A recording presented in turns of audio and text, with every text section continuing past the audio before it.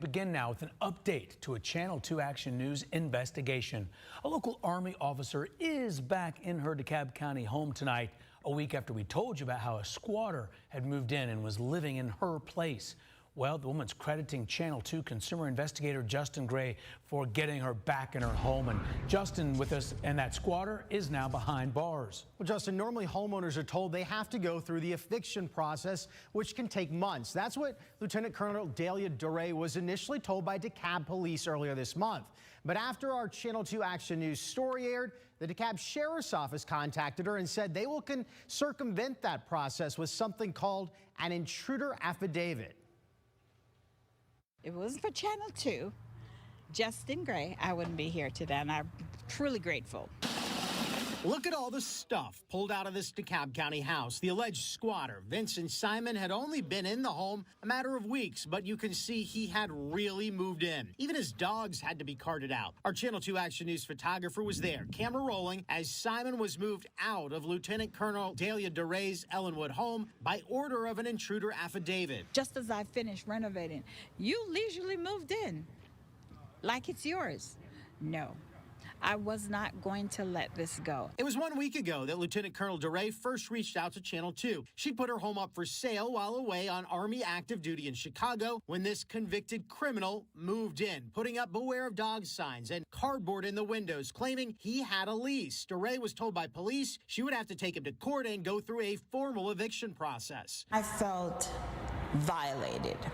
Had I not been serving my country, I would have been in my home. But this week, Daure got to see Simon led out of the house in cuffs. Vincent, your time is up. It feels good when you can return the home back to their homeowner. Police found a gun and suspected ecstasy in the home. You can see the giant gun safe Simon had brought in. As a convicted felon, he legally cannot have a firearm. He attempted to show us the lease.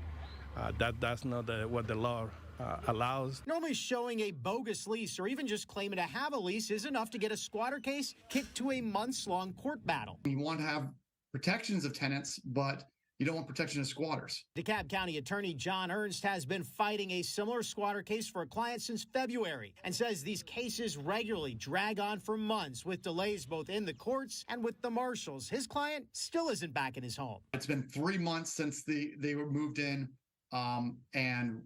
We'll probably have at least another month and a half. But with the sheriff's office bypassing that eviction process, Daure now has her house back. I came here with a mission in mind to get him out of my house and put him in jail where he belongs.